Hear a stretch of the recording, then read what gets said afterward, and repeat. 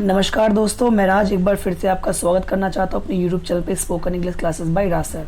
तो दोस्तों, आज की वीडियो जैसा कि आप लोगों ने थंबनेल में देख ही लिया होगा कि हम लोग क्वेश्चन के आंसर देखेंगे। कौन से क्वेश्चन के आंसर जो आप लोगों ने मुझसे पूछे हैं। असाइनमेंट से जुड़ी एक एक डिटेल, छोटी से छोटी और बड़ी से बड़ी डिटेल, लगभग सारी डिटेल 99% डिटेल आपकी यहाँ पर आज जो भी आपकी क्वेरीज है, डाउट है, वो सब सॉल्व होने वाली है। सॉरी कि मैं आपको व्हाट्सएप पे रिप्लाई नहीं कर पा रहा हूँ इतना सारा, या फिर इधर, क्योंकि बहुत क्वेश्चंस हैं और एक एक करके सबका रिप्लाई करना पॉसिबल नहीं होगा। तो देखते हैं इस वीडियो के स्टार्टिंग में कि मैं आपको बता दूं कि किन किन क्वेश्चनों के मैं जवाब देने वाला हूं आप लोगों को, ताकि अगर आपको लगता है कि वो सवाल आपके मतलब का नहीं है तो आप इस वीडियो को स्किप भी कर सकते हैं और आपका टाइम वेस्ट नहीं होगा। तो सबसे पहले मैं आपको बता देता हूँ सवालों की लिस्ट जो मेरे पास है, जिसका हम आज हल ढूंढने वाले हैं, आंसर ढूंढने वाले हैं इस वीडियो के अंदर। तो सबसे पहला सवाल जो सबसे ज़्यादा पूछा गया मेरे से, उसमें लिखा हो कि सर असाइनमेंट बना ली हमने, लेकिन ये बताइए स्कैन कैसे करें या कौन से ऐप का इस्तेमाल करना है। तो मैं ये इसके बारे में बताऊंगा। फिर दूसरा है कि सर स्कैन के बाद पीडीएफ कैसे बनाना है। सर पीडीएफ बना ली, वो 10 MB से ज़्यादा की हो गई है तो अब उसको छोटा कैसे करना है। सर अगर 10 MB से कम की होगी तो क्या वो अपलोड होगा, नहीं होगा। इसके अलावा सर पीडीएफ का कुछ तो हिस्सा, पीडीएफ फाइल का नाम क्या रखना है। भाई हमने पीडीएफ बना ली, लेकिन सर अभी बताओ उसका नाम क्या रखेंगे। सर पीडीएफ फाइल अपलोड कैसे करना है। सर फ्रंट शीट पे कैसे बनाना है, उसको लिखना कैसे है। सर हमने तो गलत पीडीएफ अपलोड कर दिया, हमें करना था ईवीएस का और हमने वहाँ पर इंग्लिश कर दिया। सर ऐसा हुआ कि मैंने अपना एडमिशन इंग्लिश मीडियम में लिया था, लेकिन गलती से मैंने हिंदी पे क्लिक कर दिया और वहाँ पर हिंदी का ऑप्शन आ रहा है, और आपको पता है एक बार जब क्लिक कर रहे हैं तो ऑप्शन हट भी नहीं रहा है। तो ऐसे बहुत सारे सवाल हैं। इसके अलावा सवाल ऐसे भी है, सर असाइनमेंट कितने पेज के होना चाहिए, कम से कम और ज़्यादा से ज़्यादा कितने पेज होने चाहिए। सर अपलोड ही नहीं हो रहा हमारा तो असाइनमेंट, हमारी तो साइट नहीं चल रही, हम तो लॉगिन नहीं कर पा रहे। सर जहाँ पे अपलोड का ऑप्शन है ना, वो तो क्लिक ही नहीं हो पा रहा है। तो सर हमने अपलोड गलत कर दिया है। सर असाइनमेंट हमने हिंदी में बना दिया है, जब हमने एडमिशन लिया तो हमारा इंग्लिश मीडियम था। सर मैंने ना सर दोस्त की कॉपी की है, सर मैंने ना कहीं से कॉपी करके उतारा है, किसी का प्रॉब्लम तो नहीं होगी। सर मेरे 4 असाइनमेंट है ना, या फिर 8 असाइनमेंट है, वो तो मैंने अलग अलग बच्चों से करवाया क्योंकि मेरे पास तो टाइम ही नहीं था, तो मैंने किसी और से करा लिया असाइनमेंट। सर तो इस तरीके से आपके बहुत सारे डाउट्स है कि सर अपना रोल नंबर कहाँ लिखना है, साइन कहाँ करना है, ऐसे बहुत सारे क्वेश्चन है। सर 8 सब्जेक्ट का असाइनमेंट अलग अलग हो गया है। सर एडिट का ऑप्शन क्यों रहा है अगर गलती हो गई तो कुल मिला के बहुत सारे सवाल है। तो एक एक करके हम इसका जवाब देखने की कोशिश करते हैं। तो सबसे पहले यहाँ पर ये है क्वेश्चन की, सर असाइनमेंट बना लिए हमने, लेकिन हमें उसको स्कैन करना नहीं आ रहा, हम किससे स्कैन करें। तो बेटा या तो आप साइबर कैफे जाइए, वहाँ स्कैन कर देंगे। लगता है नहीं भाई हम तो अपने घर पे स्कैन करना चाहते हैं, तो आपके लिए बहुत सारे ऐप हैं, ठीक है। उसमें से एक आध ऐप को मैं बारे में आपको बताता हूँ। एक ऐप है यहाँ पर, मैं आपको देखिए, इसका नाम है क्लियर स्कैन। ये बहुत ही बढ़िया और अच्छा है ऐप, आराम से इसे स्कैन होता है और आपकी जो डॉक्यूमेंट है, ठीक है, आपकी जो डॉक्यूमेंट है वो आराम से पीडीएफ में ये कन्वर्ट भी कर देता है, ठीक है। कोई दिक्कत नहीं होगी, आराम से। अब देखोगा बहुत सारे ऐसे हैं, जैसे कैम स्कैनर था, बहुत बढ़िया था, लेकिन आपको पता हो तो बैन लग गया है। इसके अलावा एडोब स्कैनर है, उसमें कह रहे हैं कि आप उसमें ट्रायल लीजिए पहले, या लॉगिन कीजिए, या फिर उसका चार्ज मांग रहे हैं। ये बिल्कुल ही फ्री ऐप है और बहुत ही आसानी से ये क्या करता है, फ़ोटो को, जेपीजी फाइल को आपके पीडीएफ में कन्वर्ट कर देता है, और आप चाहे तो उसको ढंग से स्कैन भी पहले कर सकते हैं, और इसका साइज़ इसके अंदर छोटा बड़ा करने का भी ऑप्शन मिल जाएगा आपको, आराम से आप इसे कर सकते हैं, ठीक है। तो ये तो हुआ पहले सवाल का जवाब कि सर असाइनमेंट के लिए हमें कौन सा स्कैनर इस्तेमाल करना है या कौन सा ऐप इस्तेमाल करना है। तो आपको इस्तेमाल करना है क्लियर स्कैन, या एडोब स्कैन से भी आप कर सकते हैं, लेकिन मेरे लिए ये ज़्यादा बेस्ट है और मैंने इसका इस्तेमाल किया है, ठीक है। इसके बाद जो सबसे ज़्यादा दिक्कत बच्चों को कन्फ्यूज़न जो है वो फ्रंट शीट को लेके है। भैया फ्रंट शीट तो सब लोगों ने भैया इतने मैसेज किए, हमने ये लिख दिया सर, फ्रंट शीट पे ये लिख दिया, अगले पेज पे लिख दिया, पूरा का पूरा दिमाग ख़राब करके रख दिया। लेकिन कोई बात नहीं, आपके डाउट है तो मैं आपको ज़रूर बताऊंगा, और एक बार इस बार ढंग से, इस बार डेमो के साथ बताऊंगा। तो चलिए मान लीजिए कि ये मेरा फ्रंट शीट है, ठीक है, ये वाला, ठीक है जी, ये देखिए फ्रंट शीट है।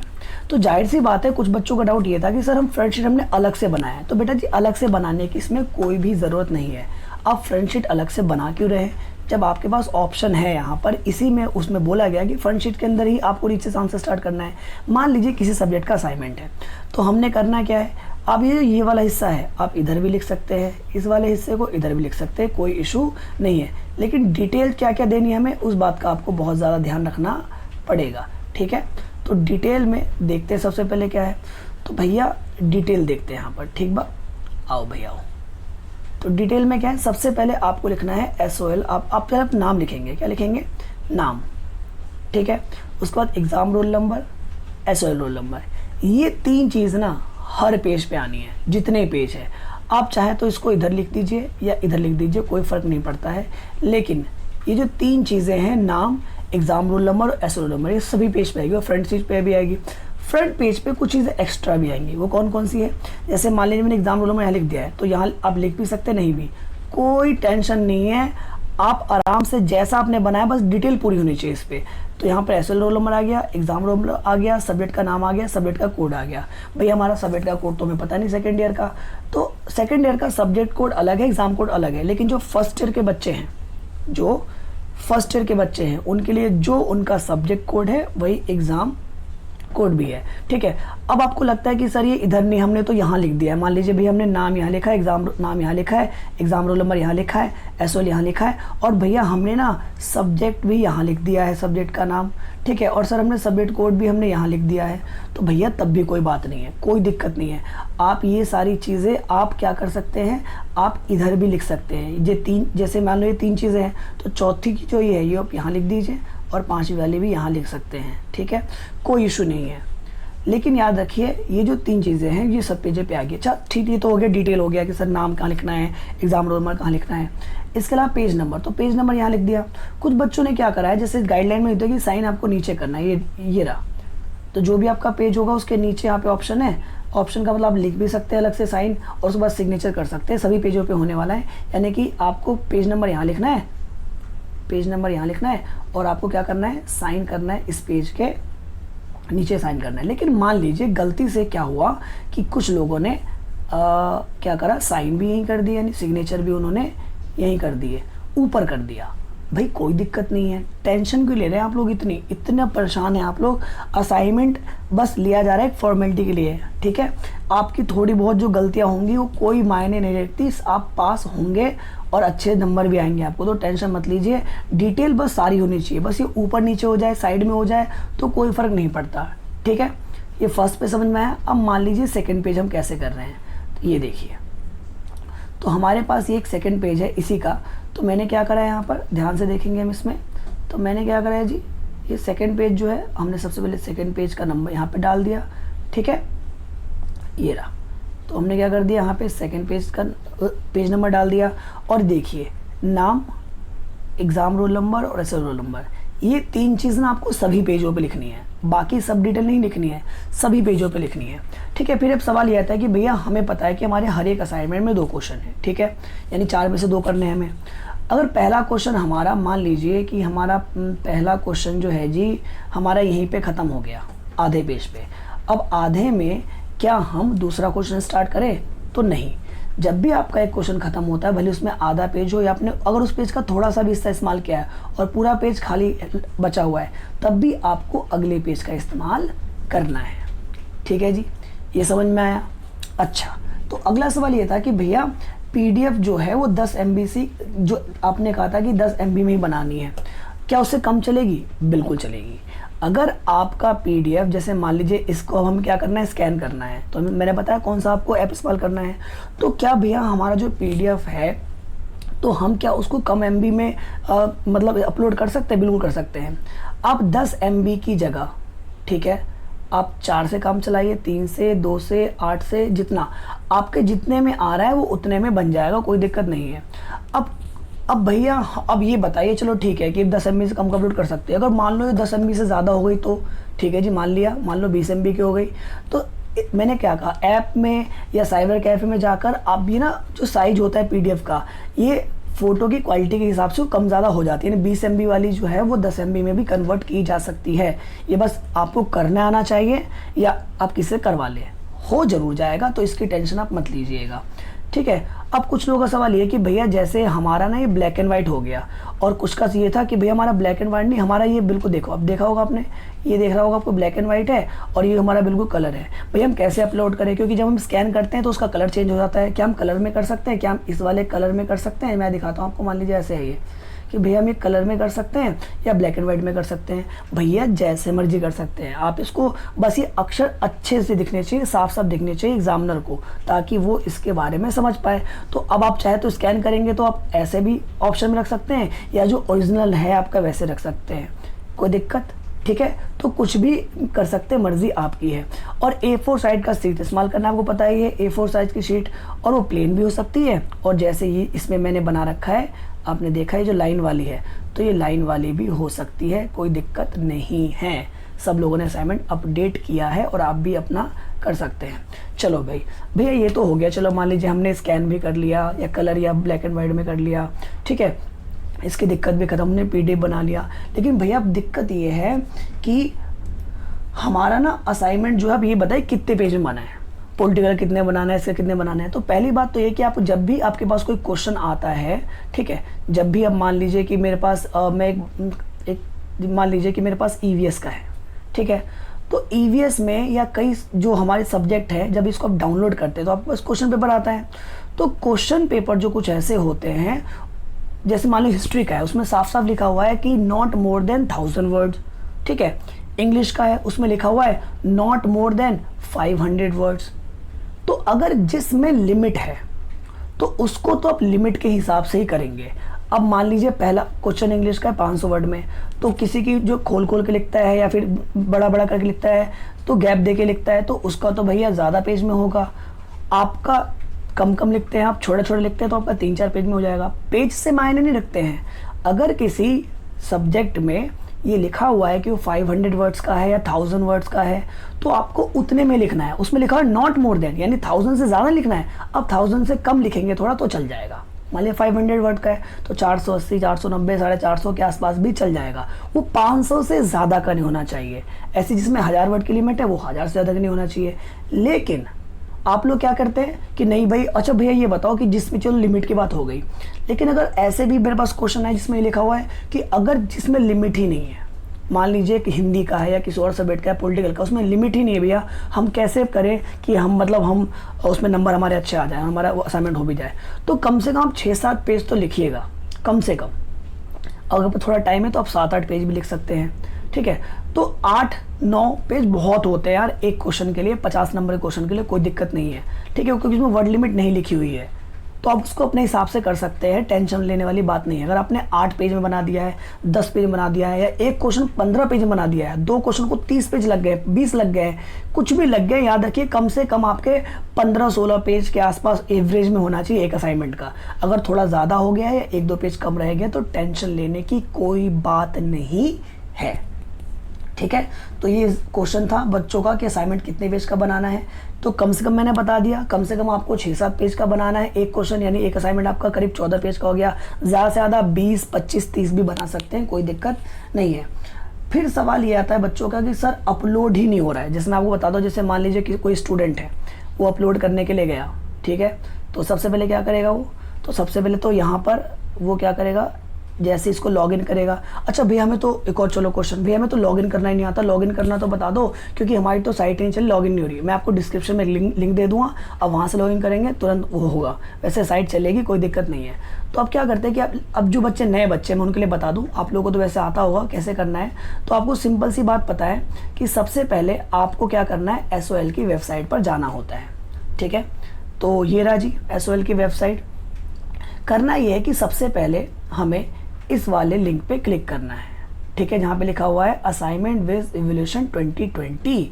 अगर आप SOL के स्टूडेंट तो यहाँ क्लिक करेंगे, और आप नॉन कॉलेज वुमेन कॉलेज के स्टूडेंट हैं तो आप यहाँ पे क्लिक करेंगे, ठीक है। जैसे आप इस पे क्लिक करेंगे तो आपका अगला पेज कुछ इस तरह से खुलकर आएगा, ठीक है। इसमें लिखा होगा स्टूडेंट लॉगिन, ये फर्स्ट ईयर के लिए भी और सेकेंड ईयर दोनों के लिए है। तो जैसे आप इसे करेंगे तो यहाँ पे 3 चीज़ें मांगता है वो। सबसे पहले वो मांगता है SOL रोल नंबर, जाहिर सी बात है आपको पता होगा आई कार्ड है आपका, और आई कार्ड पे SOL रोल नंबर लिखा होता है। और स्टार्ट कैसे होता है, 19-1-16 करके स्टार्ट होता है। भैया फिर बार कोड क्या होता है, कुछ बच्चों का ये सवाल था, बताइए आप लोग फर्स्ट ईयर मतलब पास करने वाले हैं लेकिन आपको ये नहीं पता आपका बार कोड क्या है। तो मैं आपको बता दूं बार कोड क्या होता है। जैसे आपका एक आई कार्ड होता है, आई कार्ड में आपके यहाँ पर आपकी पिक होती है, तो इस पिक के ठीक ऊपर एक नंबर लिखा होता है 1900 समथिंग कर, उसमें डैश नहीं होता है, ऐसी लंबा सा एक नंबर होता है। तो वो जो नंबर होगा फोटो के ठीक ऊपर, उसे बार कोड कहते हैं, ठीक है। तो अब यहाँ पर बार कोड डालेंगे। बार कोड डालने के बाद एक आपसे एक नंबर पूछते हैं, जैसे 8 और 4 कितने हो गए, ये 12 हो गए। ऐसे ये नंबर हर बार चेंज होते रहते हैं। तो जैसे आप ये नंबर इसमें ऐड करेंगे और उसके बाद जैसे आप इस लॉगिन वाले पर क्या करेंगे, क्लिक करेंगे, वैसे ही आपकी साइट इस तरह से खुल जाएगी। तो भैया अच्छा ये क्या लिखा हुआ है, तो ये लिखा हुआ है I declare that uploading the answer sheet by me is per the assignment guidelines. इसमें लिखा हुआ है कि जो भी आप असाइनमेंट अभी क्या कर रहे हैं, आप अपलोड कर रहे हैं, वो आपने बिल्कुल ही असाइनमेंट के गाइडलाइन के लिए बनाई है। वैसे इस पर मैंने एक वीडियो बना रखी है कि कैसे असाइनमेंट अपलोड करना है डिटेल में, तो आप देख लीजिएगा, नहीं तो फिलहाल यहाँ भी समझ लीजिए कि इसमें लिखा हुआ है कि जो भी मैंने असाइनमेंट बनाया है वो मैंने SOL की गाइडलाइन को फॉलो किया है। गाइडलाइन मतलब क्या, नाम कहाँ लिखना है, SOL रोल नंबर कहाँ लिखना है, साइन का करना है, पेज नंबर क्या है, ये सब गाइडलाइन थी हमारी। I have prepared assignment bye my on hand writing. इसमें ये भी है, अंडरटेकिंग देना है आपको कि ये जो आपने असाइनमेंट बनाया है खुद बनाए हैं। अब मान लीजिए कुछ का सवाल यहीं से उठता है कि भैया ये बताइए कि हमने असाइनमेंट सारे खुद से नहीं बनाए, क्योंकि मैं तो जॉब कर रहा था या कर रही थी, मैंने 4 असाइनमेंट खुद बनाए और 1-2 मैंने अपने भाई से बनवा लिए हैं या फ्रेंड से बनवा लिए हैं, बहन से बनवा लिए हैं, तो क्या दिक्कत होगी? बेटा जी देखिए, पहली बात तो जब आप 8 असाइनमेंट अपलोड कर देंगे तो अलग अलग सब्जेक्ट के होते हैं। अब मैं एक टीचर हूँ मान लीजिए इंग्लिश का, तो जाहिर सी बात है मैं इंग्लिश का चेक करूँगा, बाकी सबका तो चेक करूँगा नहीं। तो मुझे कैसे पता होगा कि और सब्जेक्ट की आपकी हैंड राइटिंग मैच कर रही है नहीं कर रही है? तो टेंशन लेने वाली बात नहीं है, क्योंकि वो अलग अलग चेक होने जाएंगे, तो और इतनी टेंशन नहीं होगी आपको कि आपका बस हैंड राइटिंग और मिलाने बैठेंगे 8 सब्जेक्ट का हो, ठीक है। तो बस ये अंडरटेकिंग है जो आपको देना पड़ेगा।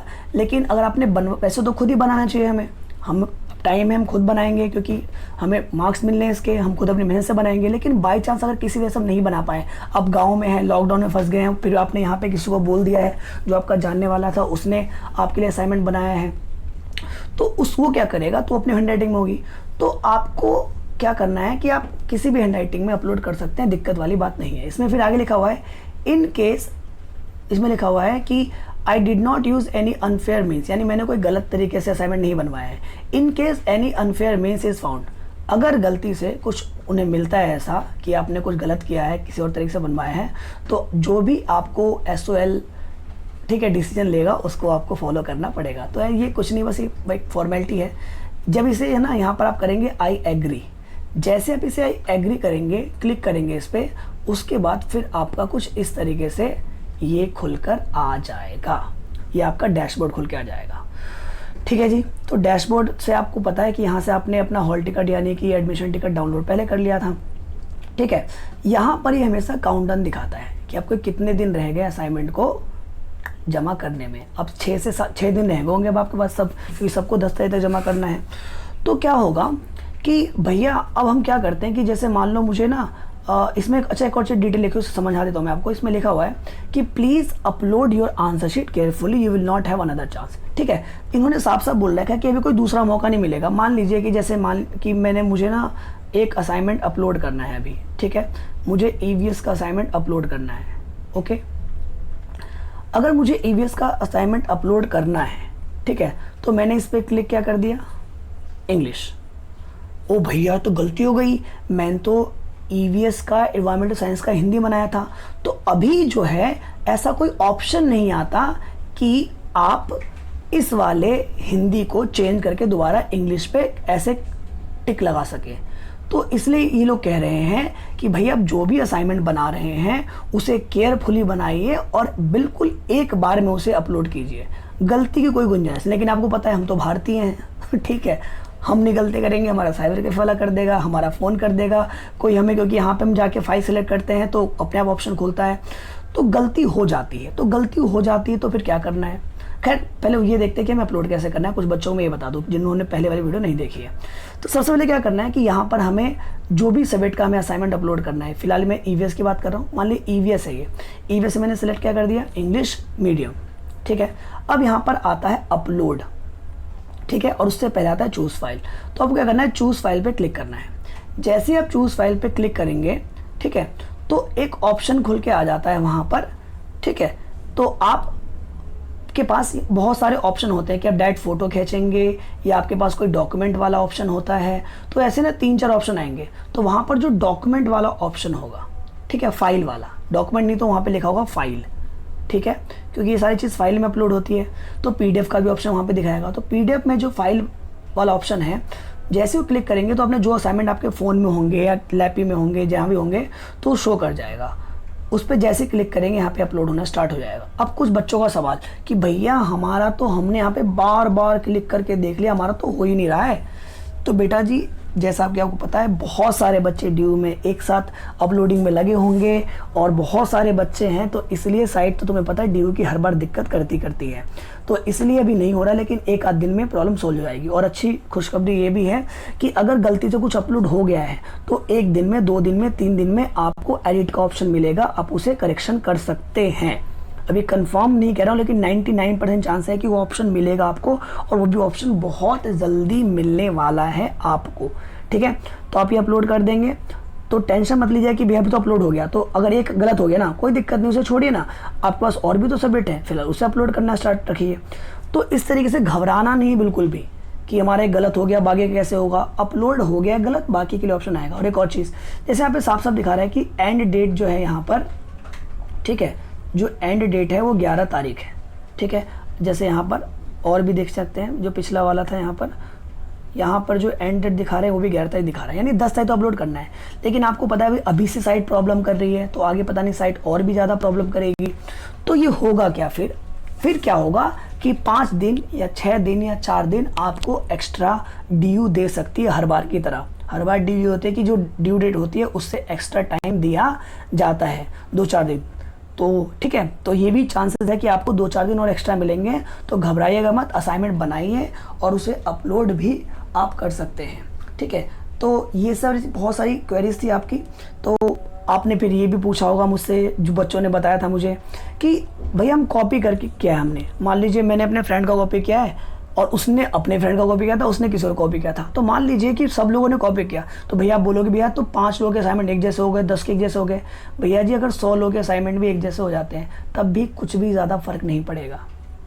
मैं आपको बताता क्यों। मान लीजिए मैं एक टीचर हूँ, मेरे सामने अभी 100 असाइनमेंट रखे हुए हैं, ठीक है, और सारे एक जैसे हैं, तो मैं कैसे तय करूँगा इसमें से ओरिजिनल वाला कौन सा है जिसकी 99 लोगों ने कॉपी की? मैं पता लगा नहीं पाऊंगा। इसलिए मुझे इस केस में मुझे सबको ही नंबर देने पड़ेंगे। तो अगर आपने कॉपी किया है कहीं से एक आध क्वेश्चन तो टेंशन वाली बात नहीं है। और इसके अलावा अगर आपका अलग अलग सब्जेक्ट के हिसाब से आपने किया है तब भी कोई टेंशन वाली बात नहीं है। आपने किसी और से भी करवा लिया तब भी कोई टेंशन वाली बात नहीं है। आप लोग टेंशन बोल लेते हैं, इसलिए आप मुझे मैसेज बहुत करते हैं, तो टेंशन मत लीजिए, कोई दिक्कत नहीं है, आराम से आपका ये अपलोड होगा। तो आई होप कि ये सारे सवाल जो थे वो आपको उसके जवाब मिल गए होंगे। साइट चलेगी, ज़रूर चलेगी, 1 दिन में 2 दिन में आपका अपलोड होगा। गलती हो गई कुछ तो उसके लिए आप वेट कीजिए, एडिट का ऑप्शन आएगा, नहीं तो आपको एसएल डिपार्टमेंट में कांटेक्ट करना पड़ेगा।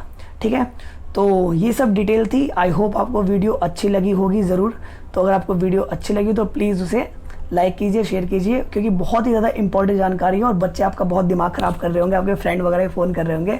तो उन्हें प्लीज़ ये वीडियो, अगर आपसे कोई पूछता है, कुछ भी डिटेल पूछता है असाइनमेंट को लेके, तो आप उसे ये वीडियो शेयर कर सकते हैं। Thank you so much, bye bye.